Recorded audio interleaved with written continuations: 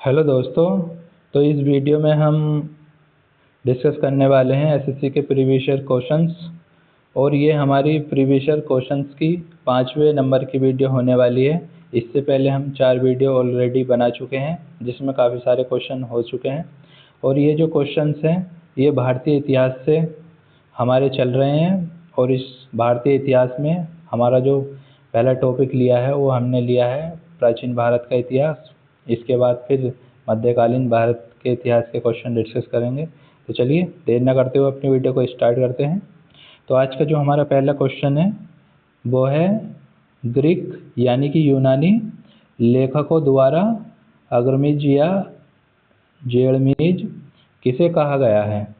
तो इसमें ऑप्शन है अजातशत्रु को, कालाशोक को, महापद्मानंद को या फिर घनानंद को। तो जो लेखकों ने जो अग्रमीज या फिर जेंडमीज है ये किसे कहा गया है ये हमें बताना है। तो इसमें जो कहा गया है वो कहा गया है देखिए घनानंद को। तो जो धनानंद है इसे अग्रमीज कहा गया है। और इसी के साथ बढ़ते हैं हम नेक्स्ट क्वेश्चन पर। ठीक है, हमारा जो नेक्स्ट क्वेश्चन है वो है निम्नलिखित में से किसकी जानकारी अशोक के शिलालेखों से मिलती है।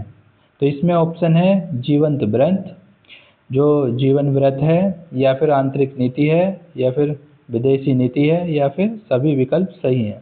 तो इसमें से हमें एक ऑप्शन बताना है कौन सा सही है।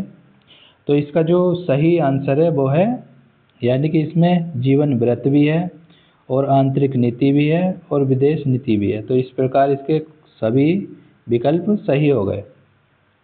और इसके बाद नेक्स्ट क्वेश्चन है सारनाथ का चक्र निम्न में से किसे इंगित करता है। यानी कि जो सारनाथ का जो स्तंभ चक्र है वो किसे इंगित करता है। तो इसमें ऑप्शन है कानून, क्रांति, प्रगति या फिर धर्म। तो ये जो इंगित करता है वो करता है प्रगति को, यानी कि चक्र घूमता रहता है यानी कि ये प्रगति को इंगित करता है। और इसके बाद बढ़ते हैं नेक्स्ट क्वेश्चन पर। देखिए हमारा नेक्स्ट क्वेश्चन है निम्न में से कौन सा तत्व धम्म में वर्णित नहीं था। तो इसमें ऑप्शन है माता पिता का आज्ञा पालन, दान पुण्य, तो भार्त भाव या फिर संघ के प्रति आस्था। तो इसमें जो धम्म में वर्णित नहीं था जो तत्व वो था यहाँ पर संघ के प्रति आस्था। तो ये तत्व जो था जो धम्म था बौद्ध धर्म का, जो बुद्ध का धम्म था उसमें ये वर्णित नहीं था। तो ये जो है, चलो अब इसके बाद बढ़ते हैं नेक्स्ट क्वेश्चन पर। इसमें है धमेक स्तूप निम्नलिखित में से किस स्थान पर स्थित है। तो इसमें ऑप्शन है बोधगया, सारनाथ, सांची या फिर कौशाम्बी। तो ये जो धमेक स्तूप है ये जिस स्थान पर स्थित है वो स्थान है सारनाथ। अब इसके बाद बढ़ते हैं नेक्स्ट क्वेश्चन पर।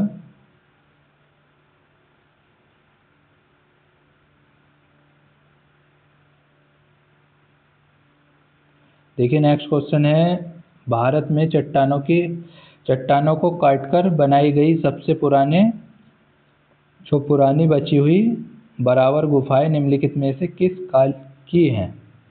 तो ये हमें बताना है कि जो बराबर गुफाएं हैं ये किस काल की हैं। तो इसमें ऑप्शन है चोल वंश, गुप्त वंश, मतलब गुप्त साम्राज्य या गुप्त वंश कह सकते हैं इसे, या फिर मौर्य साम्राज्य या फिर चेर वंश। तो इसका जो राइट आंसर है वो है मौर्य साम्राज्य, यानी कि मौर्य वंश में जो ये बराबर गुफाएं थी ये उस काल में बनाई गई थी। और इसके बाद नेक्स्ट क्वेश्चन है तमिल महाकाव्य शिल्पाधिकारम का लेखक, मतलब जो लेखन है वो किसने किया है, यानी कि इसके लेखक जो हैं वो कौन है। तो इसमें ऑप्शन है सतनार, जो इंग्लो, जो आदिगल हैं ये, या फिर तिरुवल्लुवर या फिर अवेयर। तो इसका जो राइट आंसर है देखिए वो है इलंगो आदिगल। तो ये जो इलंगो है, इलंगो आदिगल, ये इसका राइट आंसर है ऑप्शन 2। इसके साथ बढ़ते हैं हम नेक्स्ट क्वेश्चन पर। देखिए हमारा नेक्स्ट क्वेश्चन है, निम्नलिखित में से किसे देवानामप्रिय के नाम से जाना जाता है? तो इसमें ऑप्शन है कनिष्क, अमोघवर्ष, अशोक या फिर खारवेल। तो इसका जो राइट आंसर है वो है अशोक, यानी कि अशोक को देवानामप्रिय के नाम से जाना जाता है। इसी के साथ बढ़ते हैं हम नेक्स्ट क्वेश्चन पर। देखिए नेक्स्ट क्वेश्चन है,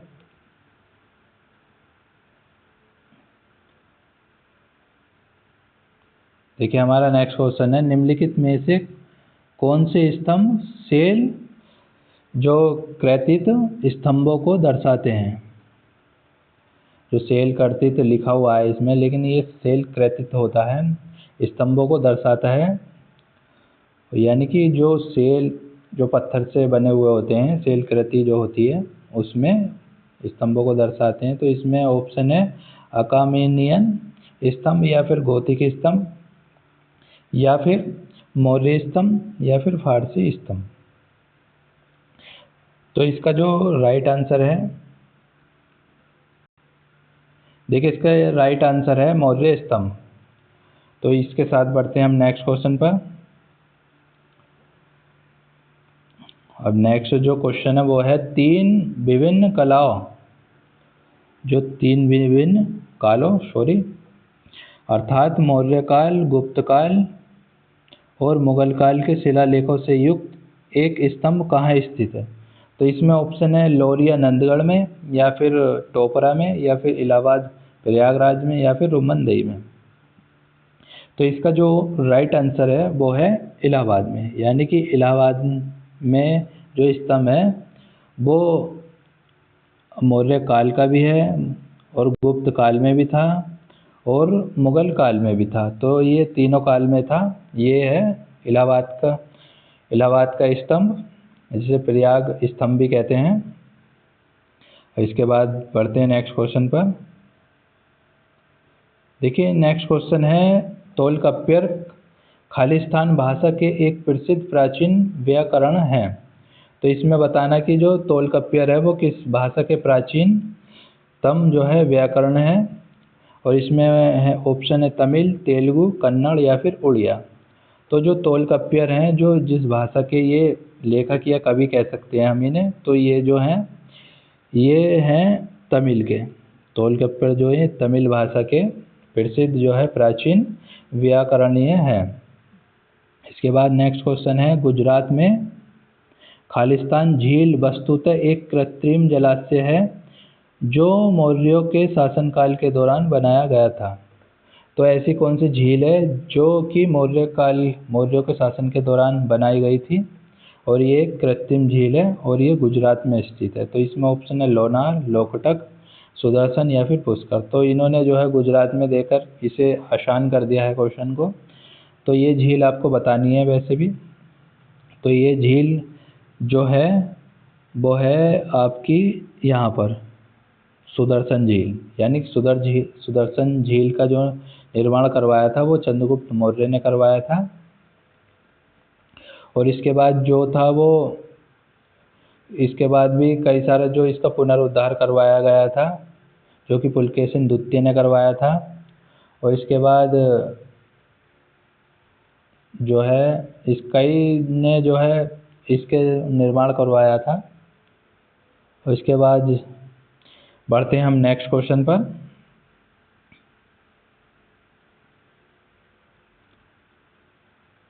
इसके बाद नेक्स्ट क्वेश्चन है कि विक्रम संवत कब आरंभ हुआ था? तो इसमें ऑप्शन है ईसा पूर्व 57 में, ईसा पूर्व 55 में या फिर ईसा पूर्व 50 में या फिर ईसा पूर्व 47 यानी कि 47 में। तो इसका जो राइट आंसर है वो है ऑप्शन ए ईसा पूर्व 57 में।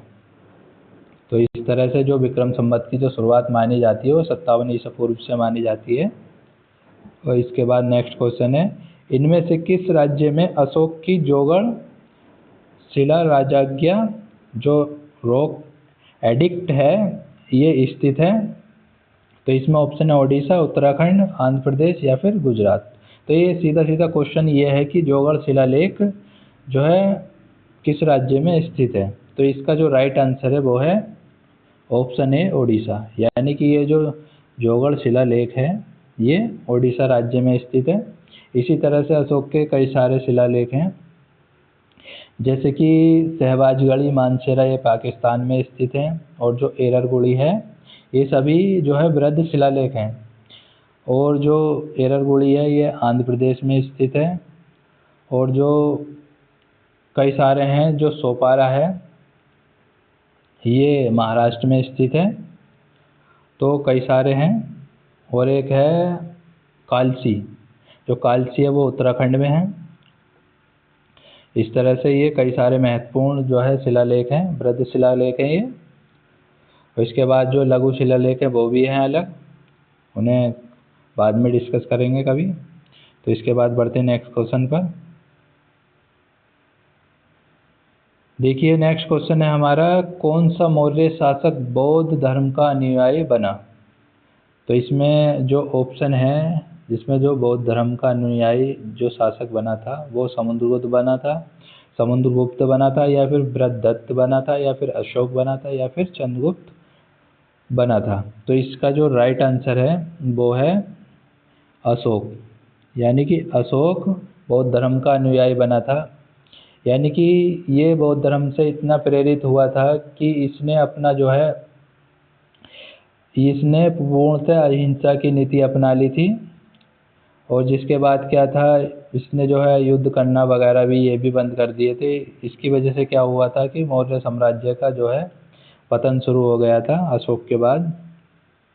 इसके बाद नेक्स्ट क्वेश्चन है, चंद्रगुप्त ने खालिस्तान के खिलाफ विद्रोह का नेतृत्व किया और उन्हें पराजित कर दिया। तो इसमें ऑप्शन है शिशुनाग, कुषाण, हर्यक, या फिर नंद।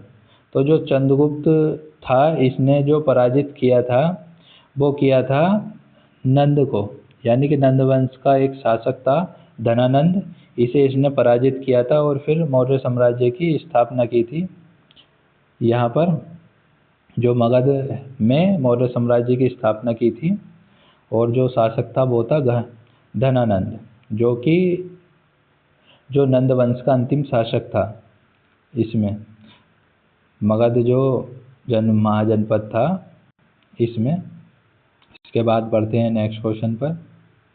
देखिए नेक्स्ट क्वेश्चन है कि कंटक शोधन, यानी कि जो कंटक शोधन नामक न्यायालय का प्रचलन खालिस्तान साम्राज्य में था, यानी कि साम्राज्य में कंटक शोधन नामक न्यायालय का प्रचलन था। तो इसमें ऑप्शन है कुषाण, मौर्य, चोल, या फिर राजपूत। तो ये जो कंटक शोधन जो न्यायालय था ये था मौर्य काल में। और जो कंटक शोधन ये जो न्यायालय होता था ये फौजदारी न्यायालय होता था, और जो इसका न्यायाधीश होता था कंटक शोधन न्यायालय का, इसे हम प्रदेष्टा कहते थे। और एक न्यायालय होता था जो दीवानी मामलों का न्यायालय होता था, वो उसका जो जज था उसे हम व्यवहारिक कहते थे, जो न्यायाधीश होता था। और जो इस तरह से तो ये हो गए, यहाँ पर ये मौर्य साम्राज्य से रिलेटेड हो गया। उसके बाद बढ़ते हैं हम नेक्स्ट क्वेश्चन पर। नेक्स्ट क्वेश्चन है, अशोक के लघु शिलालेख भारत के विभिन्न भागों में पाए गए हैं। कर्नाटक के निम्नलिखित में से स्थल पर अशोक के लघु शिलालेख नहीं मिले हैं। तो इसमें हमें बताना है कि कहाँ से अशोक के लघु शिलालेख नहीं मिले हैं। तो इसमें ऑप्शन है ब्रह्मगिरी, गविमठ, रूपनाथ, या फिर मशकी। तो इसका जो राइट आंसर है देखिए वो है रूपनाथ, यानी कि रूपनाथ से अशोक के लघु शिलालेख नहीं मिले हैं। इसके बाद बढ़ते हैं नेक्स्ट क्वेश्चन पर। देखिए नेक्स्ट क्वेश्चन है, भारतीय उपमहाद्वीप है, इसके लिए प्राचीन यात्रियों जैसे कि मेगास्थनीज, फाहियान, वेनचांग और अलबरूनी एवं बतूता आदि के द्वारा भारतीय व्यापारियों के सक्रिय योगदान के लिए निम्नलिखित में से कौन सा नाम प्रयुक्त किया गया था।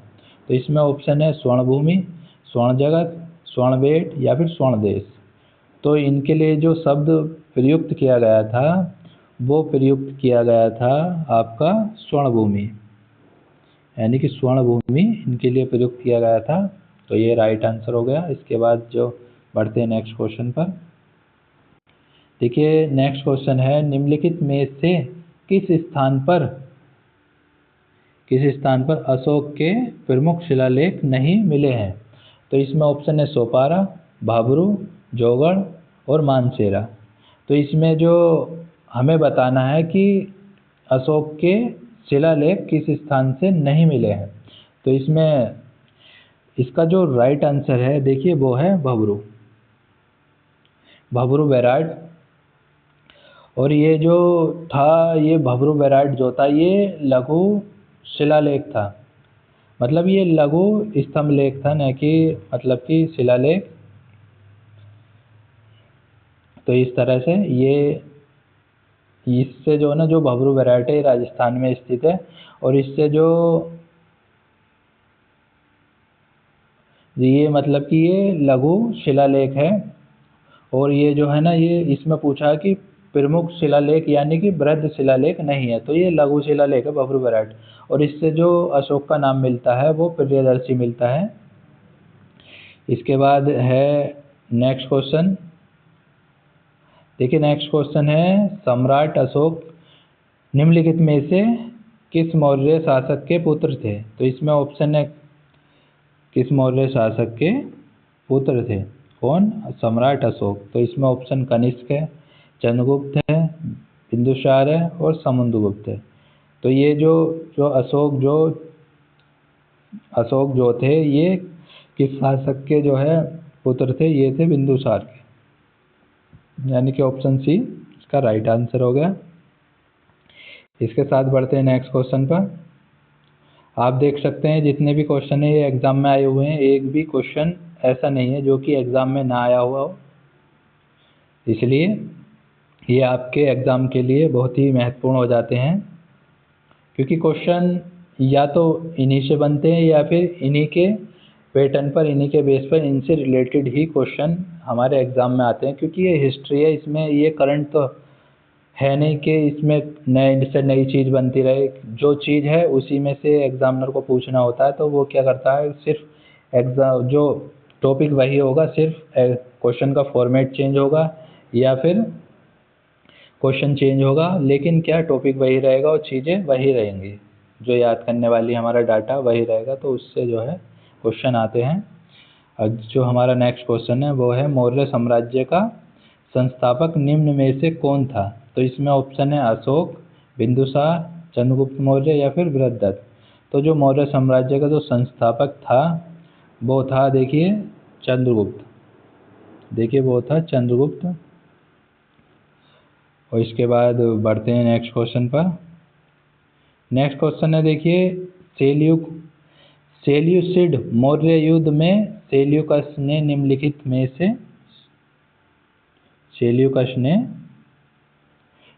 में से किस मौर्य शासक के विरुद्ध युद्ध लड़ा था? तो इसमें ऑप्शन है चंद्रगुप्त मौर्य, संप्रति, अशोक या फिर दशरथ।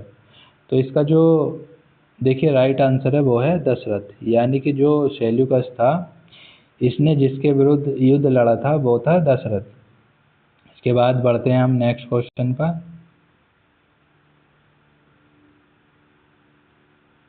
देखिए नेक्स्ट क्वेश्चन है, चंद्रगुप्त मौर्य ने कौटिल्य की सहायता से मगध में खालिस्तान के साम्राज्य को उखाड़ फेंका और 322 ईसा पूर्व एक गौरवशाली मौर्य साम्राज्य की स्थापना की। तो इसमें ऑप्शन है कुरु, मल्लो, पांचाल या फिर नंदो। तो इसने जिसको उखाड़ फेंका वो कौन थे? वो थे नंद, यानी कि ऑप्शन 4 इसका राइट आंसर हो गया। और इसके बाद बढ़ते हैं नेक्स्ट क्वेश्चन पर। देखिए नेक्स्ट क्वेश्चन है, निम्नलिखित में से कौन सा कथन शक वंश के संदर्भ में सही है? तो ये हमें बताना कि शक वंश के संदर्भ में कौन सा कथन सही है। तो इसमें ऑप्शन है, शासकों के कुछ राज्य लगभग 500 वर्षों तक टिके रहे, यानी कुछ राज्य लगभग 500 वर्षों तक टिके रहे। और इसके बाद नेक्स्ट क्वेश्चन है, लगभग 2200 वर्ष पूर्व शकों के बाद कुषाणों का शासन स्थापित हुआ। तो इसमें हमें बताना है इसका राइट आंसर क्या होने वाला है, केवल एक होने वाला, केवल दो होने वाला, या फिर दोनों होने वाले, या फिर दोनों में से कोई नहीं होने वाला। तो इसका जो राइट आंसर है देखिए वो है केवल दो, यानी कि पहला वाला कथन जो है गलत है और दूसरा वाला सही है, यानी कि लगभग 2200 वर्ष पूर्व शकों के बाद कुषाणों का शासन स्थापित हुआ। तो ये राइट आंसर हो गया। देखिए इसके बाद नेक्स्ट क्वेश्चन है, निम्नलिखित में से कौन सा कथन संगम साहित्य के संदर्भ में सही है। तो ये हमें बताना है कि संगम साहित्य के संदर्भ में कौन सा कथन सही है। और इसके बाद इसके जो ऑप्शन कथन है मतलब कि वो हैं, इन ग्रंथों को कवियों के सम्मेलनों में रचा और संकलित किया जाता था। तो इन ग्रंथों को कवियों के सम्मेलनों में रचा और संकलित किया जाता था, या फिर संगम साहित्य को मदुरै शहर में आयोजित किए गए कवियों के सम्मेलनों में संकलित किया गया था। तो इसमें हमें बताना है कि इसका आंसर क्या होने वाला है। तो इसका जो आंसर है वो पहला भी सही है और दूसरा भी सही है। तो इस प्रकार इसका आंसर जो है एक और दो दोनों सही हो गया। इसके बाद बढ़ते हैं नेक्स्ट क्वेश्चन पर। देखिए नेक्स्ट क्वेश्चन है, निम्नलिखित में से किस मौर्य राजा के शासनकाल में कलिंग युद्ध लड़ा गया था। तो ये आपको भली बात याद होगा, लेकिन आपको फिर भी बताना है, बिंदुसार, अशोक, चंद्रगुप्त या फिर दशरथ। ये तो जिस शासक के मतलब जो मौर्य शासक था उसके जिसके शासनकाल में कलिंग युद्ध लड़ा गया था उस शासक का नाम हमें यहाँ पर बताना है। और जो वो शासक है हमारा अशोक, यानी कि अशोक के समय कलिंग 261 बीसी में अशोक ने कलिंग पर आक्रमण किया था। और ये वही आक्रमण था जिस आक्रमण के बाद अशोक का स्वतः ही हृदय परिवर्तन हो गया था, और यहीं से इसी के बाद अशोक ने अहिंसा की नीति को अपना लिया था और बौद्ध धर्म का मतलब कि बौद्ध धर्म को अपना लिया था, और उसी के साथ अहिंसावादी नीति को भी अपना लिया था। इसके बाद नेक्स्ट क्वेश्चन है, निम्नलिखित यूनानी शासकों में से किसने मेगास्थनीज को चंद्रगुप्त मौर्य के दरबार में भेजा था। तो इसमें ऑप्शन है सेल्यूकस निकेटर, जो मेगास्थनीज को जो चंद्रगुप्त मौर्य के दरबार में भेजा था वो सेल्यूकस निकेटर ने भेजा था, या फिर अमिनटास द्वितीय ने भेजा था, या फिर अमिनटास तृतीय ने भेजा था, या फिर फिलिप द्वितीय ने भेजा था। तो इसका जो देखिए राइट आंसर है वो है सेल्यूकस निकेटर, यानी कि जो मेगास्थनीज को जो चंद्रगुप्त मौर्य के दरबार में भेजा था वो भेजा था सेल्यूकस निकेटर ने। इसके बाद बढ़ते हैं नेक्स्ट क्वेश्चन पर। देखिए नेक्स्ट क्वेश्चन है यहाँ पर कि अश्व घोष जिन्होंने बुद्ध चरित्र की रचना की के दरबार में रहते थे। तो इसके ऑप्शन देख लेते हैं कि बुद्ध चरित्र जो किसके दरबार में रहते थे। देखिए देख लेते हैं। तो इसमें ऑप्शन दिए हुए हैं कनिष्क है, वासुदेव है, वशिष्ठ है, या फिर जो सदास काना है इनके दरबार में रहते थे। तो इसका जो राइट आंसर है वो है कनिष्क, यानी कि ये कनिष्क के दरबार में थे। कनिष्क इसका राइट आंसर हो गया।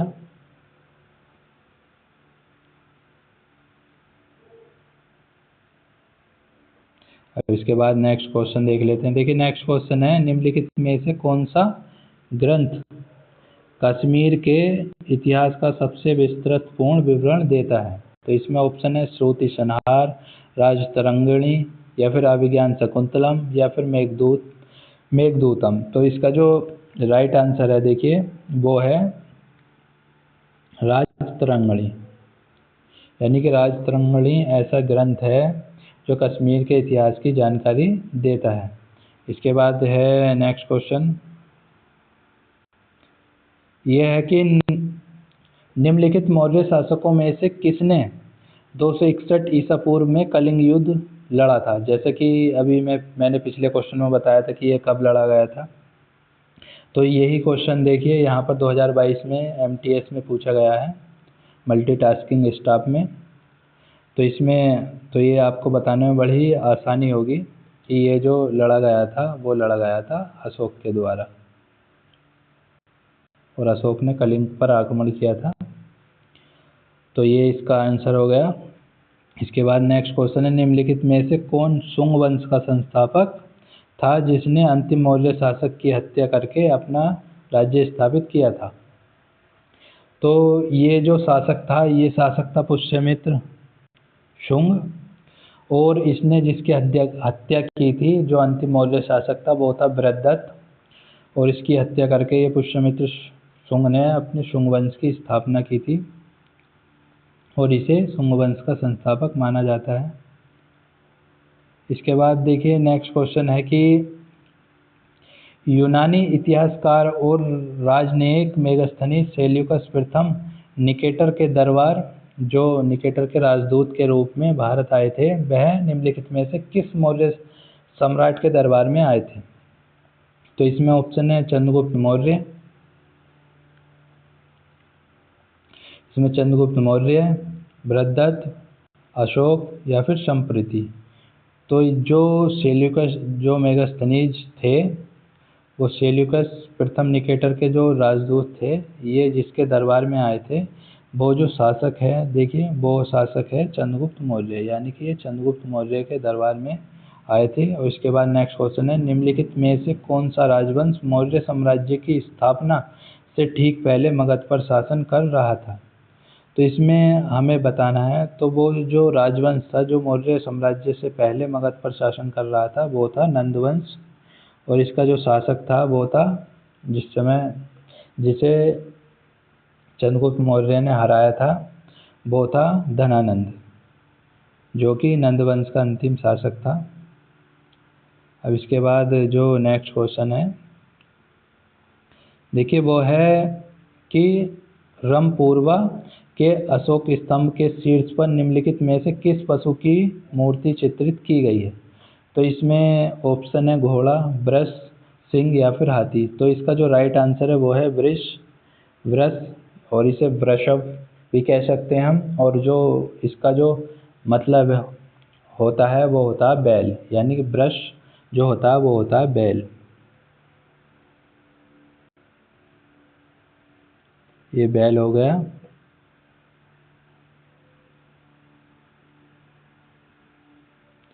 बैल,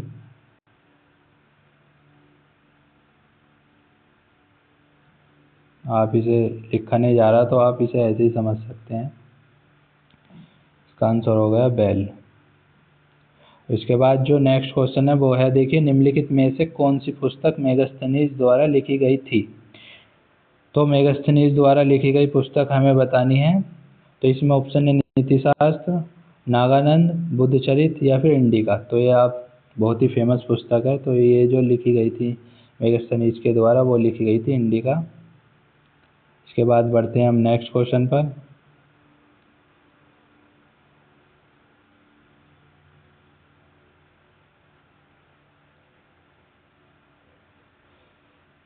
इसके बाद नेक्स्ट जो क्वेश्चन है वो है, कनिष्क किससे संबंधित थे? तो इसमें ऑप्शन है सातवाहन राजवंश से, चोल राजवंश से, कुषाण राजवंश से या फिर मौर्य राजवंश से। जो कनिष्क जो थे, कनिष्क जो संबंधित था, वो संबंधित था, देखिए यहाँ पर आपका कुषाण वंश से। तो कनिष्क जो एक कुषाण शासक था, इसके साथ जो है, और इसने जो है जो कनिष्क था, इसने चौथी बौद्ध संगति करवाई थी कश्मीर के कुंडल वन में। इसमें जो अध्यक्ष थे वो वसुमित्र थे, और जो उपाध्यक्षता की थी वो अश्वघोष ने की थी। इसके बाद नेक्स्ट क्वेश्चन है कि बुद्ध चरित बुद्ध की अधोपांत जीवनी है जो द्वारा लिखी गई थी। तो इसमें ऑप्शन है बाणभट्ट, अशोक, अश्वघोष, वसुमित्र या फिर पार्श्व। तो इसका जो राइट आंसर है, देखिए वो है अश्वघोष, यानी कि अश्वघोष के द्वारा जो है बुद्ध चरित्र लिखी गई थी। इसके बाद बढ़ते हैं नेक्स्ट क्वेश्चन पर। देखिए नेक्स्ट क्वेश्चन है, धमेक स्तूप कहाँ स्थित है? तो इसमें ऑप्शन है वाराणसी, श्रावस्ती या फिर कुशीनगर या फिर गया। तो देखिए इसका जो राइट आंसर है, देखिए वो है वाराणसी। जो धमेक स्तूप स्थित है वो वाराणसी में स्थित है। और इसके बाद नेक्स्ट क्वेश्चन है, अशोक के अभिलेखों के अनुसार निम्नलिखित में से के अभिलेखों के अनुसार निम्नलिखित में से कौन सा मगध साम्राज्य में एक प्रांतीय केंद्र नहीं था? तो इसमें ऑप्शन है तोसली, उज्जैनी, तक्षशिला या फिर इंद्रप्रस्थ। तो इसका जो देखिए राइट आंसर है वो है इंद्रप्रस्थ। तो इंद्रप्रस्थ एक ऐसा प्रांतीय केंद्र था जो कि मगध साम्राज्य में सम्मिलित नहीं था।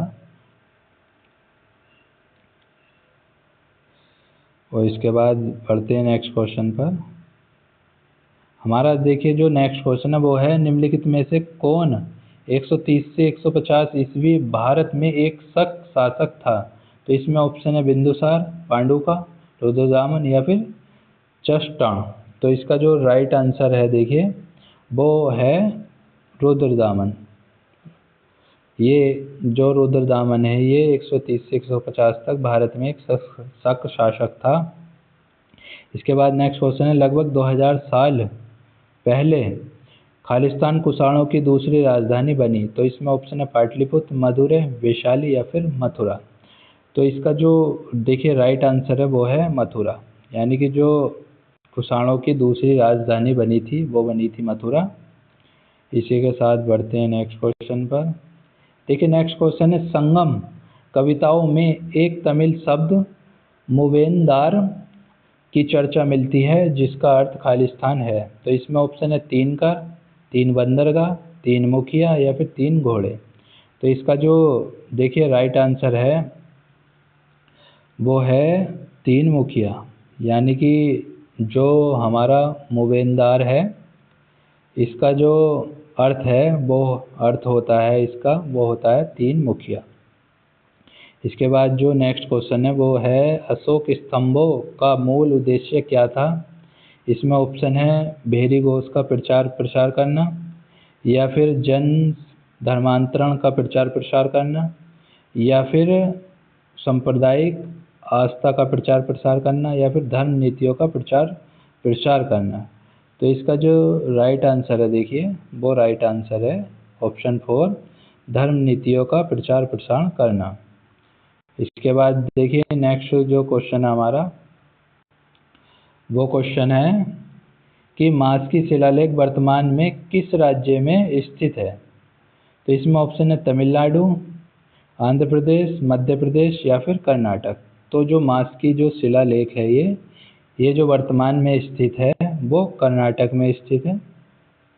और इसी के साथ उदगेलम, नेपटूर ये भी जो है कर्नाटक में ही स्थित है। और एक है गुर्जरा अभिलेख वो कहाँ पर स्थित है? वो मध्य प्रदेश में स्थित है। तो चलिए आज की हमारी वीडियो यहीं पर समाप्त होती है। इससे आगे क्वेश्चन हम अगली वीडियो में डिस्कस करेंगे। और आप कमेंट करके बताना वीडियो कैसे लगी। तो फिर मिलते हैं फिर मिलेंगे नेक्स्ट वीडियो में नए क्वेश्चनों के साथ। तब तक के लिए जय हिंद, जय भारत।